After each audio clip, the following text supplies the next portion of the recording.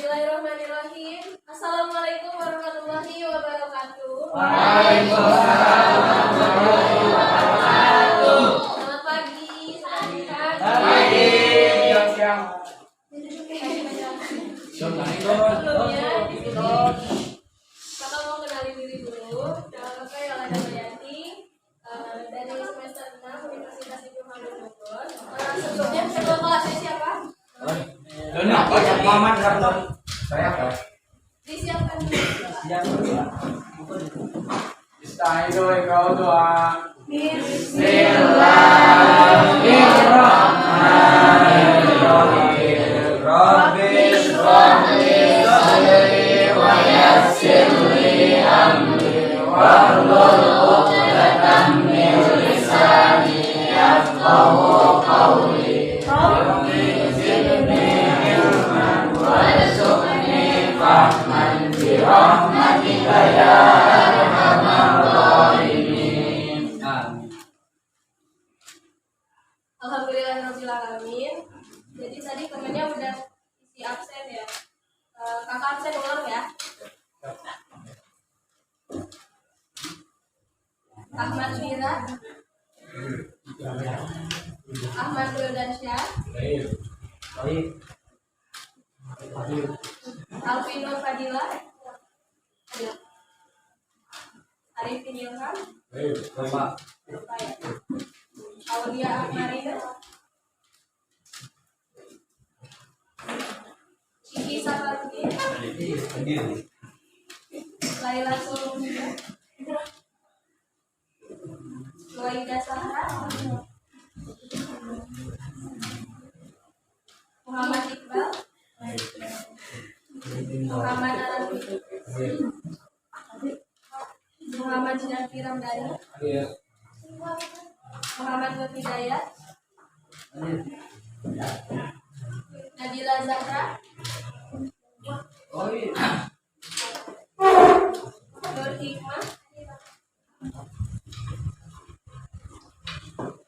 Rafiansyah, Rika Anggraini, Salira Melati, Siti Anissa, Siti Vanessa, Syifa Bildina, Widiarti, Rafli Tunggala, Dafa Adriansyah, Rizky Hidayat. Ada yang belum dipanggil? Oke,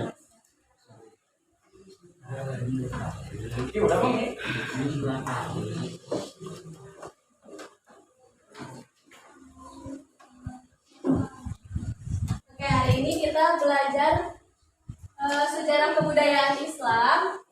Tema kita hari ini yaitu Khulafaur Rasyidin. Kemarin sama Pak Syarif sudah sampaikan. Khalifah udah dijelasin. Kita review materi yang kemarin dulu ya, belum masuk ke materi selanjutnya. Oke. Yang dimaksud Khulafaur Rasyidin itu apa sih? Coba, ada yang tahu nggak? Khulafaur Rasyidin itu apa? Bukan dulu bukunya.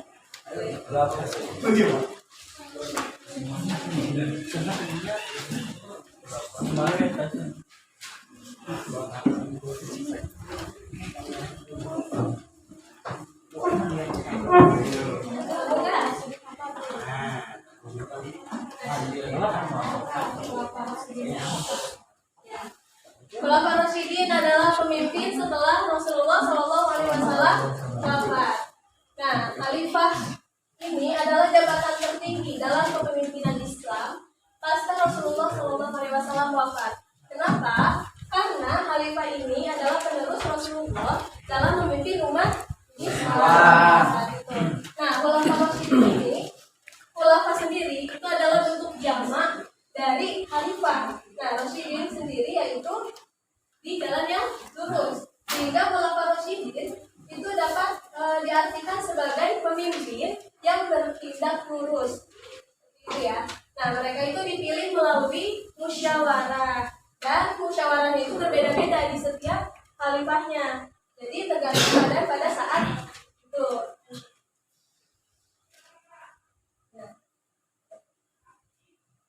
Nah, tugas khalifah itu berbeda dengan tugas nabi. Kalau tugas nabi itu sudah jelas ya. Nah, tugas khalifah ini yaitu sebagai penerus nabi, sebagai kepala negara, kemudian sebagai panglima pasukan Islam yang memerintah negara setelah Rasulullah SAW. Oke. Nah, khulafaur rasyidin ada berapa? 4. Yang pertama Abu Bakar As-Siddiq. Nah, beliau menjadi khalifah selama berapa tahun? Ya. 2 tahun. Lanjut, yang kedua ada khalifah Umar bin Khattab yang menjadi khalifah selama 10 tahun. Yang ketiga ada khalifah Utsman bin Affan memerintah selama 12 tahun. Lanjut kan yang keempat ada Ali bin Abi Thalib memerintah selama 5 tahun. Oke, kakak mau tanya nih, ada yang masih ingat gak tentang materi yang kemarin? Tentang Khalifah Abu Bakar. Jadi gimana sih Abu Bakar As-Siddiq itu? Coba angkat tangan yang tahu, yang masih ingat.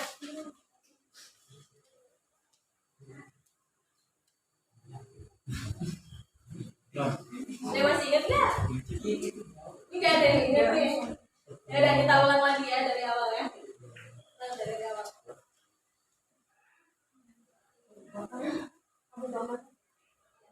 Nah, jadi nama asli Abu Bakar yaitu Abdullah bin Abi Quhafah At-Tamimi. Nah, beliau itu sebelumnya itu adalah seperti Rasulullah sebelum masuk Islam. Jadi setelah kedatangan Islam, Rasulullah itu mengganti namanya menjadi Abdullah Abu Bakar. Nah, Abu Bakar lahir pada tahun 572 Masehi di Mekah. Nah, Abu Bakar. Nah, beliau itu merupakan seseorang yang termasuk ke dalam golongan pertama yang masuk Islam, atau disebut juga sebagai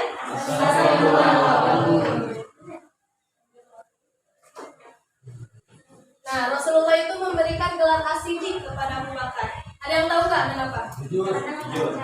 Kami percaya jujur. Ya, betul. Karena mempercayai peristiwa Isra Mi'raj. sehingga Rasulullah memberikannya gelar As-Siddiq. Nah, beliau juga mengislamkan beberapa sahabat seperti Utsman bin Affan, Abdurrahman bin Auf, Thalqah bin Ubaidillah, Sa'ad bin Abi Waqqas, Zubair bin Awan, dan Ubaidillah bin Jawad. Oke, siapa yang masih ingat proses terpilihnya Abu Bakar As-Siddiq menjadi khalifah?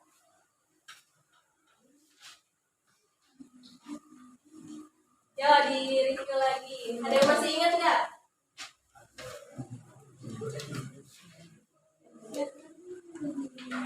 Oke, jadi waktu sepeninggal Rasulullah itu terjadi keributan antara kaum Muhajirin dan kaum Ansor. Jadi pada saat itu kaum Ansor sedang berkumpul di Saqifah Bani Sa'adah. Mereka berpendapat bahwa kaum Ansor lah yang pantas untuk menjadi penerus Rasulullah, karena kaum Ansor yang telah menolong Rasulullah SAW dari kekejaman orang kafir Quraisy pada saat itu. Kemudian kaum Muhajirin mendengar bahwa kaum Ansor sedang bermusyawarah di Saqifah Bani Sa'adah. Akhirnya kaum Muhajirin pun datang ke Saqifah Bani Sa'adah yang dipimpin oleh Abu Bakar, Umar bin Khattab, dan Abu Ubaidah bin Jarrah. Nah, di situ kaum Muhajirin juga berpendapat bahwa kaum Muhajirin lah yang pantas untuk memimpin, karena kaum Muhajirin yang selalu mendampingi Rasulullah dari pertama kali masuk Islam sampai Rasulullah wafat. Kemudian Abu Bakar menyarankan kepada mereka untuk membaiat Umar atau Abu Ubaidah bin Jarrah. Tapi pada saat itu Abu Ubaidah menolaknya dan membalikannya ke Abu Bakar. Nah, akhirnya pada saat itu kaum Ansor pun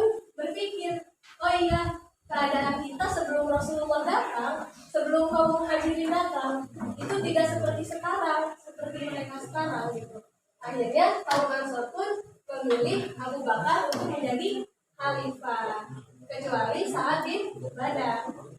Itu. Nah, terpilihlah Abu Bakar sebagai khalifah dengan alasan orang pertama yang membenarkan peristiwa Isra Mi'raj, orang yang setia mendampingi Nabi ketika hijrah, dan sosok yang sangat gigih dalam melindungi orang yang memeluk Islam. Oke, selanjutnya Khalifah Umar bin Khattab. Nah, di benak kalian yang terpikirkan tentang Umar bin Khattab itu gimana orangnya? Baik. Tegas. Apa lagi? Ya, pemberani. Jadi Umar bin Khattab ini dikenal dengan keberaniannya.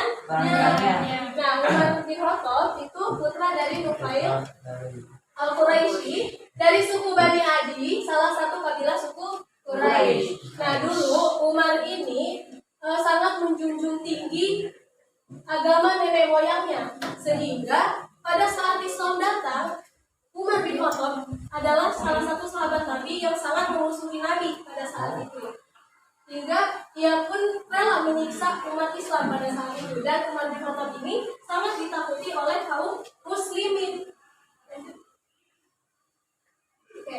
Beliau itu lahir 13 tahun setelah Nabi di Mekah. Beliau juga dikenal sebagai orang yang keras dan pemberani.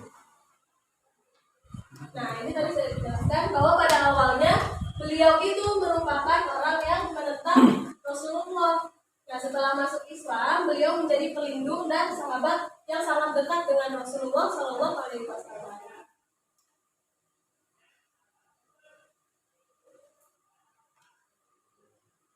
Oke, beliau mendapat julukan Al-Faruq. Artinya yaitu pembeda antara yang baik dan yang buruk. Nah, proses pengangkatan kepemimpinan umat. Jadi pada saat itu umat Muslim sedang menaklukkan negeri, yaitu negeri. Yang tahu negeri apa? Negeri Syam. Ya. Jadi pada saat penaklukan negeri Syam, Abu Bakar As-Siddiq itu jatuh sakit.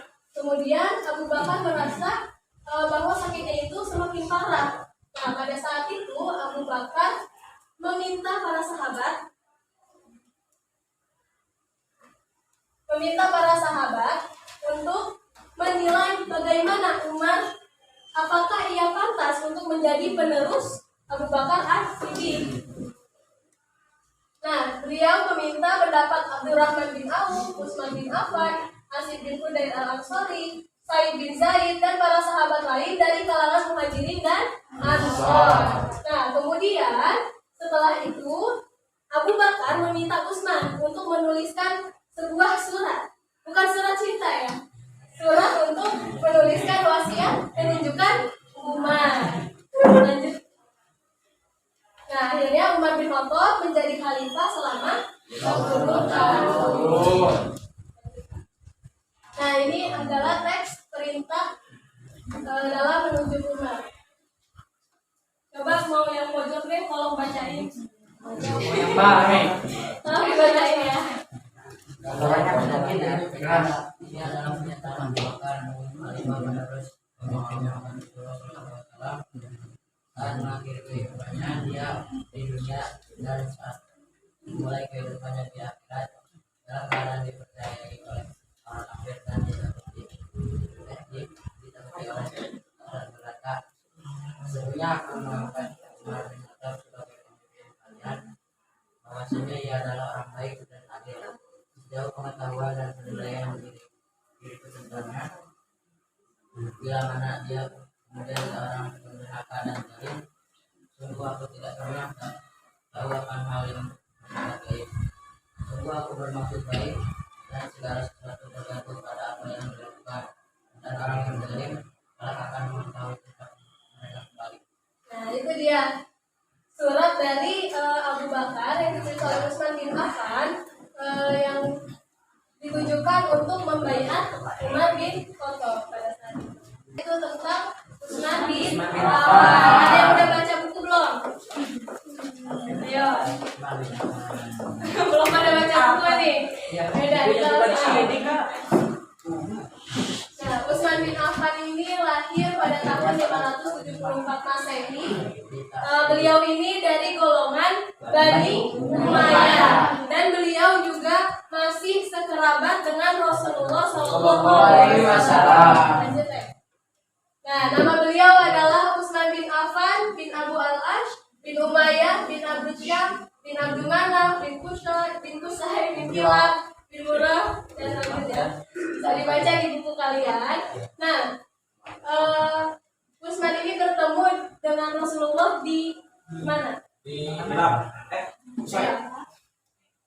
Abdul Manaf. Ya, dia Manaf. Nah, beliau ini dikenal sebagai saudagar yang kaya, tetapi sangat dermawan. Nah, beliau ini masuk Islam karena ajakan Abu Bakar. Tadi sudah dijelaskan ya di awal ya. Abu Bakar itu mengajak para sahabat untuk masuk Islam. Nah, salah satunya yaitu Utsman bin Affan. Karena pada saat itu Abu Bakar itu merupakan teman dari Utsman bin Affan, teman berdagangnya. Nah, dari situlah Utsman bin Affan masuk Islam. Nah, Utsman bin Affan juga tidak segan-segan untuk mengeluarkan hartanya. Dia pernah menyumbangkan 300 ekor unta dan uang 1000 dinar ke Tabuk untuk menghadapi tentara Bizantium. Kemudian beliau juga dijuluki Dzun-Nurain, yang artinya pemilik dua cahaya. Kenapa coba? Ya, menikahi putri Rasulullah SAW. Yang pertama, beliau itu menikahi putri Rasulullah yang bernama Ruqayyah. Kemudian setelah Ruqayyah meninggal dunia, Rasulullah menikahkannya lagi dengan putrinya bernama Kulsum. Masya Allah, udah pada pintar ya. Ya. Oke. Nah, proses pengangkatan kepemimpinan Utsman bin Affan. Jadi Umar bin Khattab itu ditikam oleh Abu Lu'lu'ah Fairuz, yaitu budak dari Persia. Kemudian beliau itu membentuk sebuah dewan yang beranggotakan 6 orang, yaitu Abdurrahman bin Auf, Zubair bin Awam, Sa'ad bin Abi Waqqas, Thalhah bin Ubaidillah, Ali bin Abi Thalib, dan Utsman bin Affan. Nah, pada saat sepeninggal Umar bin Khattab, Dewan Syuranya itu dinamakan Ahlul Hali wal Aqdi. Nah, mereka bersidang untuk menentukan siapa penerus dari Umar bin Khattab. Kemudian Abdurrahman bin Auf, Zubair bin Awam, Sa'ad bin Abi Waqqas, dan Thalhah bin Ubaidillah itu mengundurkan diri dari pencalonan. Nah, tersisalah Ali bin Abi Thalib dan Utsman bin Affan. Kemudian mereka memilih seri ini, skornya tuh seri antara Ali bin Abi Thalib dan Utsman bin Affan. Namun pada saat itu yang dipilih yaitu Utsman bin Affan karena faktor usia. Pada saat itu Utsman bin Affan sudah berusia 70 tahun. Oleh karena itu Utsman bin Affan lah yang menjadi penerus dari Umar bin Khattab. Nah, Utsman bin Affan itu gugur sebagai syuhada pada bulan Zulhijjah 35 Hijriah di usia 82 tahun. Ada yang tahu nggak kenapa gugurnya? Jadi pada saat pemerintahan Utsman bin Affan itu terjadi berbagai macam fitnah. Kemudian ada beberapa umat muslim yang memberontak kepada Utsman bin Affan selama 40 hari. Jadi mereka mengepung rumah Utsman bin Affan selama 40 hari. Kemudian hingga pada saatnya tibalah Utsman bin Affan ditikam oleh kaum pemberontak tersebut. Seperti itu. Nah, kesulitan pada masa pemerintahan Utsman. Yang pertama yaitu terdapat perbedaan qiraat antar daerah. Nah, jadi pada saat itu pembacaan Al-Quran jadi terdapat perbedaan di setiap daerah. Oleh karena itu nanti ada di prestasinya Utsman bin Affan untuk adanya kodifikasi Al-Quran. Nah, kemudian yang kedua, Utsman dituduh bersikap nepotisme. Karena pada saat pemerintahan Utsman, itu Utsman bin Affan menjadikan kerabatnya untuk menjadi pejabat-pejabat di pemerintahannya. Kemudian Utsman dinilai telah mengasingkan Abu Dzar. Padahal Abu Dzar itu bukan diasingkan, tetapi beliau hijrah ke Habasyah. Betul. Yang selanjutnya Utsman dituduh melakukan bid'ah. Kenapa? Karena pada saat itu Utsman meminta untuk azan 2 kali pada saat sholat Jumat.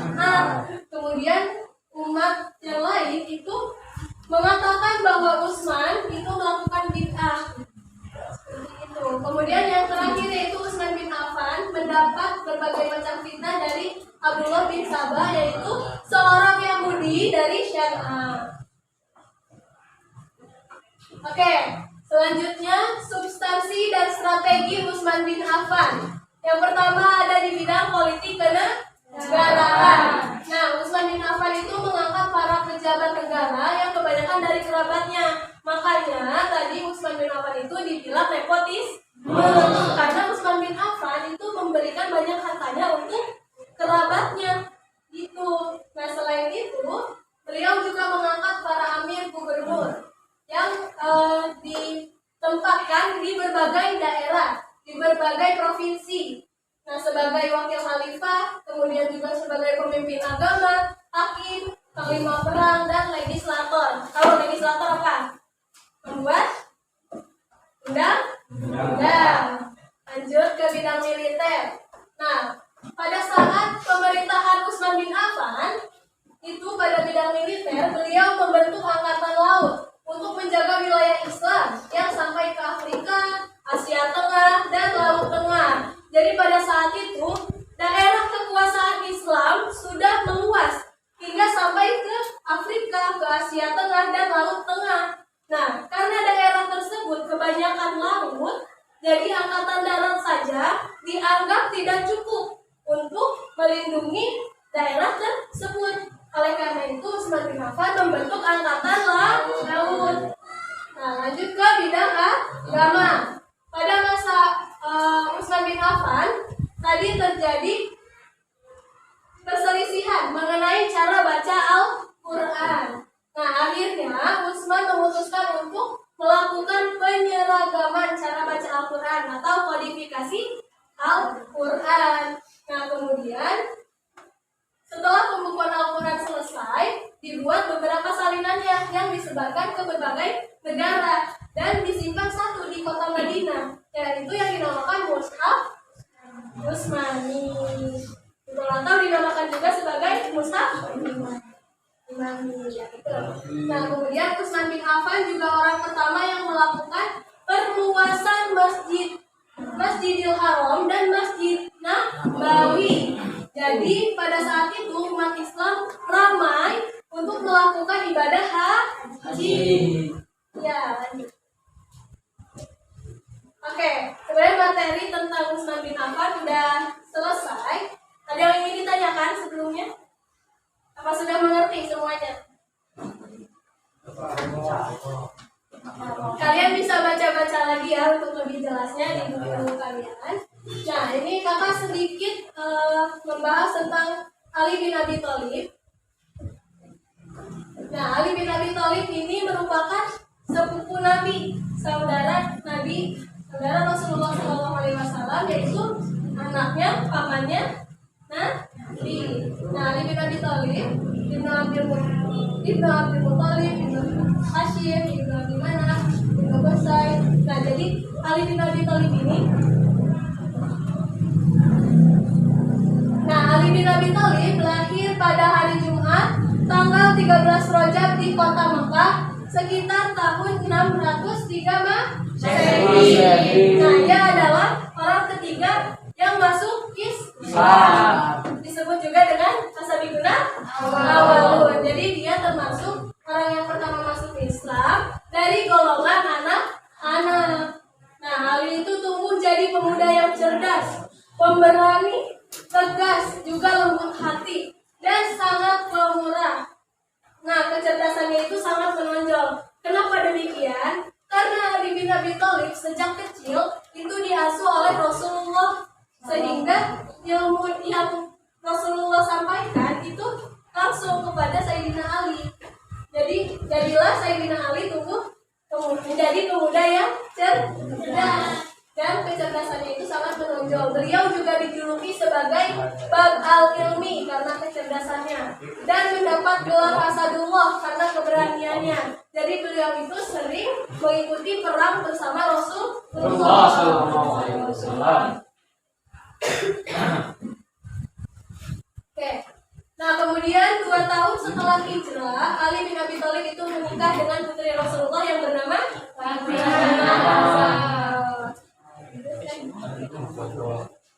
Nah, proses pengangkatan kepemimpinan Ali bin Abi Thalib. Jadi setelah Utsman bin Affan wafat, yang tadi bahwa rumahnya Utsman itu dikepung oleh pemberontak.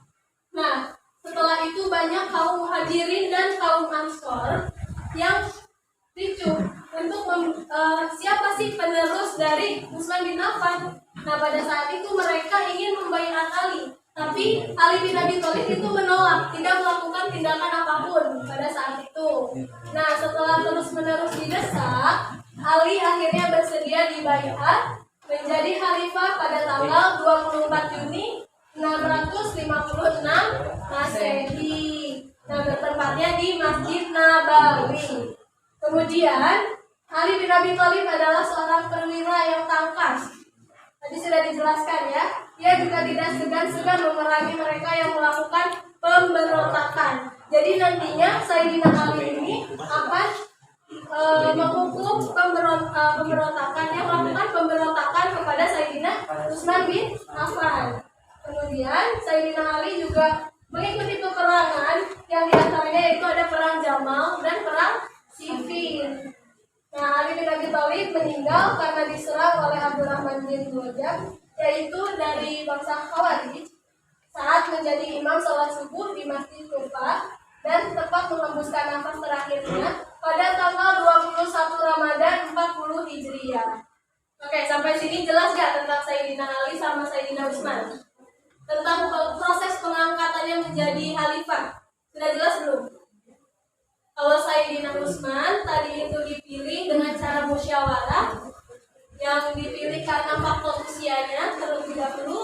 Kemudian apabila Sayyidina Ali itu dipilih oleh kaum Muhajirin dan kaum Ansor dengan desakan terlebih dahulu, baru Sayyidina Ali mau menjadi khalifah. Kemudian, nah di sini ada kesulitan pada masa pemerintahan Ali bin Abi Thalib. Jadi Ali bin Abi Thalib itu kan meneruskan perjuangan dari Utsman bin Affan. Nah, pada saat Utsman itu kan sudah banyak fitnah-fitnah ya pada saat itu.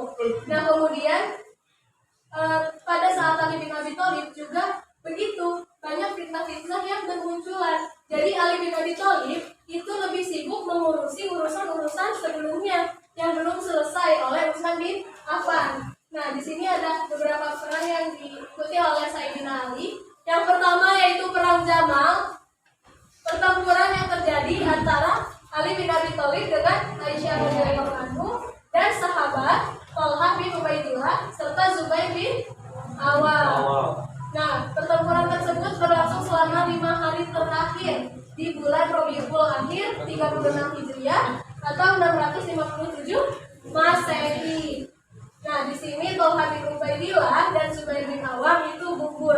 Nah, jadi para pemberontak itu karena tadi Ali bin Abi Thalib itu mengurusi pemberontak yang memberontak kepada Utsman bin Affan. Nah, beliau yang memberontak itu mengadu domba antara Sayyidina Ali dengan para sahabat, sehingga pada saat itu mereka sudah bersiap perang. Kelompok Sayyidina Ali dan kelompok Thalhah bin Ubaidillah dan Zubair bin Awam sudah siap berperang nih.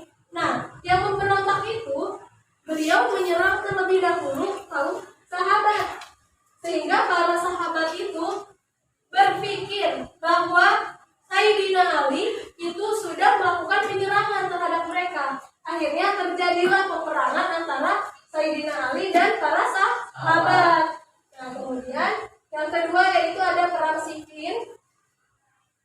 Jadi perang Siffin ini pertempuran antara Khalifah Ali dengan Muawiyah bin Abu Sufyan. Nah, jadi Muawiyah ini marah karena Sayyidina Ali pada saat itu memecat para pejabat yang pada saat itu merupakan kerabatnya Utsman bin Affan. Jadi Muawiyah ini dan para kerabatnya itu dipecat oleh Sayyidina Ali.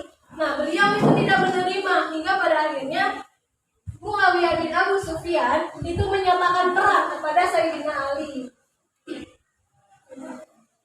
Kemudian pada perang tersebut itu terjadi perdamaian. Nah, di perdamaian tersebut Muawiyah itu menginginkan Sayyidina Ali untuk mencabut jabatannya, melepas jabatannya dari khalifah. Akhirnya Sayyidina Ali pun itu menyetujuinya. Akan tetapi para pendukung Sayyidina Ali pada saat itu tidak menerima dan mengatakan kepada Sayyidina Ali untuk berperang kembali, untuk melakukan peperangan kembali dengan Muawiyah. Namun Sayyidina Ali itu tidak mau, tidak menginginkan peperangan lagi. Nah, setelah itu terjadilah dua golongan, yang mendukung Sayyidina Ali dan yang tadinya mendukung Sayyidina Ali, yang tadinya mendukung Sayyidina Ali lalu membencinya. Nah, akhirnya kaum tersebut yang tadinya mendukung Sayyidina Ali lalu membencinya itu dinamakan kaum Khawarij. Seperti itu asal usulnya. Nah, akhirnya terjadilah pemberontakan kaum Khawarij yang menewaskan Sayyidina Ali bin Abi Thalib.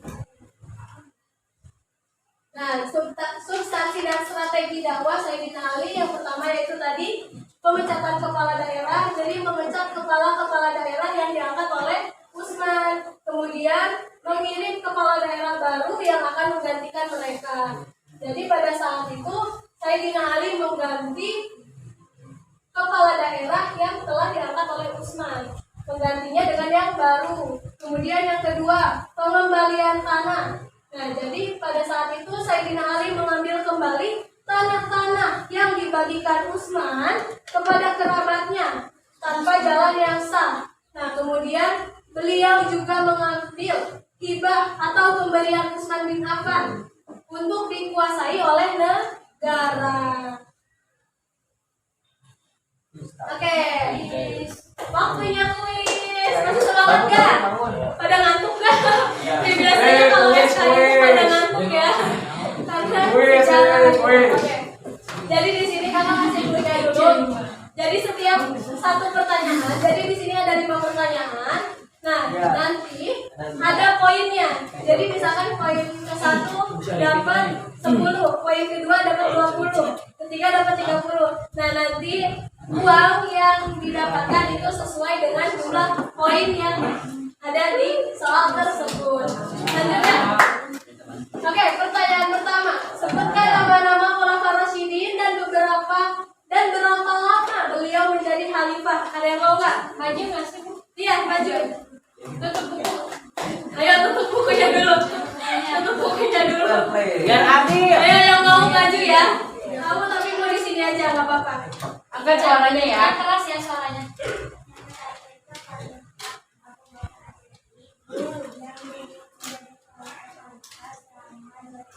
Ya, bagus. Simpel dulu ulang. 10 tahun ya. Nah, juga sih Mas Wahid. Kurang ya. Dulu ulang. Satu lagi.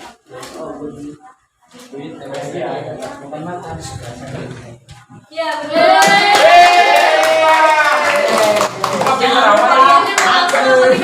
Langsung dong, langsung ya. Pak biasa ini. Biar pada semangat ya. Biar obat-obat dulu. Tapi kalau ayat biasanya ada ayat bisa. Karena nilainya 10 jadi dapat uangnya 10.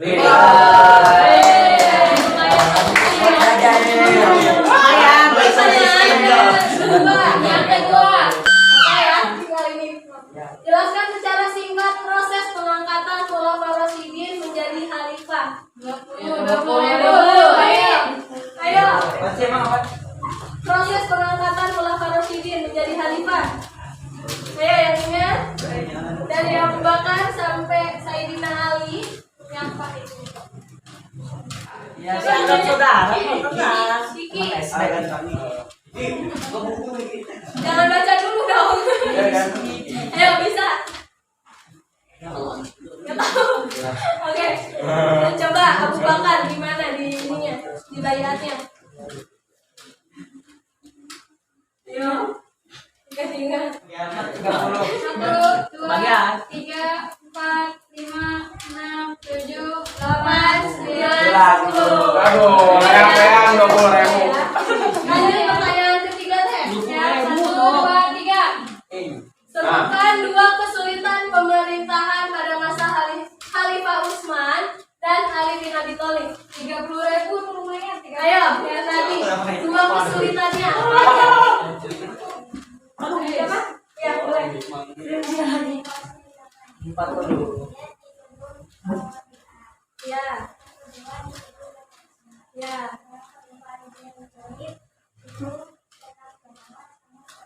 Ya, betul. Boleh lagi sih. Ngopi-ngopi nggak apa jadi. Semangat lanjut. Nih, nih. Malam minggu. Ya, sebut saudara. Sebut saudara. Ya main mana? Mau yuk. Ayo udah. Ayo, yang keempat teh. Ayo, panas gak? Tiga. Nah, yang keempat, sebutkan dan jelaskan secara singkat strategi pada masa Khalifah Utsman dan Khalifah Ali. 40.000. 40.000. 5, langsung 5. 5. Ayo. Satu pertanyaan. Berempat, gak apa-apa berempat. Ya, bareng-bareng berempat. Boleh berempat, boleh. Berempat satu deh, 1.000. Lagi nih aku komen. Ayo, cowoknya gimana ini kalau sama yang Garing. kita yang belakang.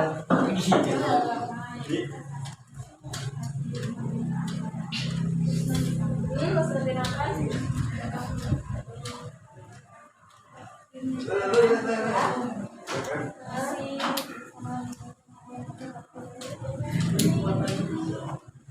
Coba yang lain. Gambarnya apa?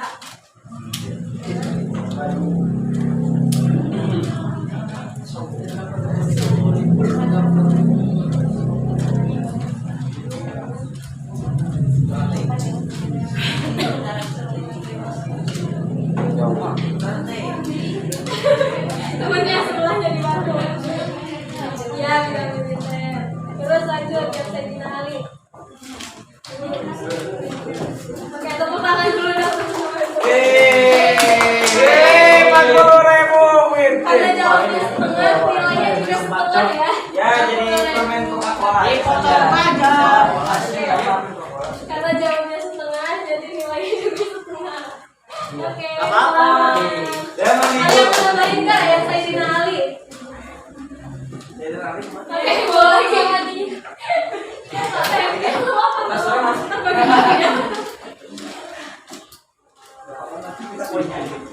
Kita punya.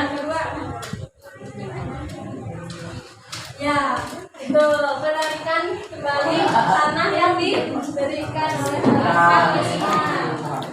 Oke, wah diborong nih. aduh uangnya. Nih, ganti-ganti lagi nih. Tepuk tangan dulu dong. Masya Allah. Oke, yang terakhir. Siap. Kasih bocoran dong. Kira-kira berapa nih hadiahnya nih? 40 juta. Siap ya, tapi yang terakhir harus maju ke depan. Ya. Karena nominalnya juga kayaknya Bisa main-main. 100 kasih, 100 kasih. 3. Lima kesimpulan pada pembelajaran hari ini. Nominalnya 50.000. Ayo siapa yang Kesimpulan. Cara apa gimana Kak? kesimpulan tentang pembelajaran hari ini yang didapat dari pembelajaran hari ini apa? Kesimpulan. Ayo, tahu coba. sih, Semuanya yang tadi dia. Tapi jangan ke depan. Ayo, siapa yang mau maju? Ayo, cepetan nih. Kesimpulan Mbak. Ayo, Ya. ayo. Iya, biasa. Ayo, maju. Lagi nih aku komen. Aduh.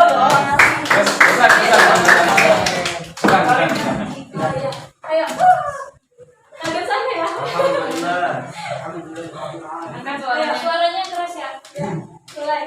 Jadi kesimpulannya, Dua gimana kurang? Bagi dua. Yani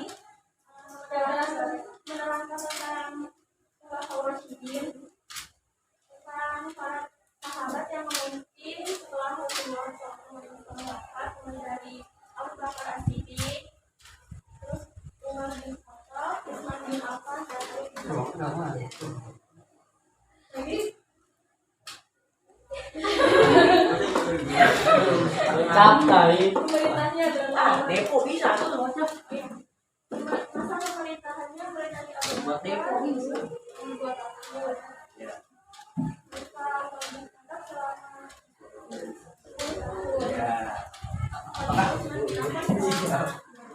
Yang penting PJ.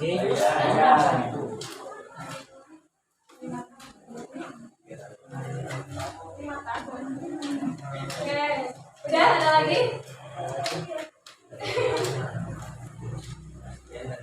Lahirnya. Wafatnya deh, wafatnya apa? Abu Bakar. Sakit, nah, iya sakit. Wafatnya Umar bin Khattab karena dibunuh ya. Tahun ya yang bernama Abu Bakar.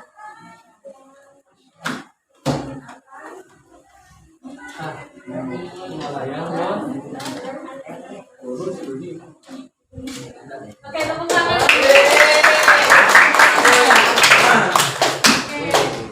Ini yang terakhir ya. Maaf, bisa kira agensi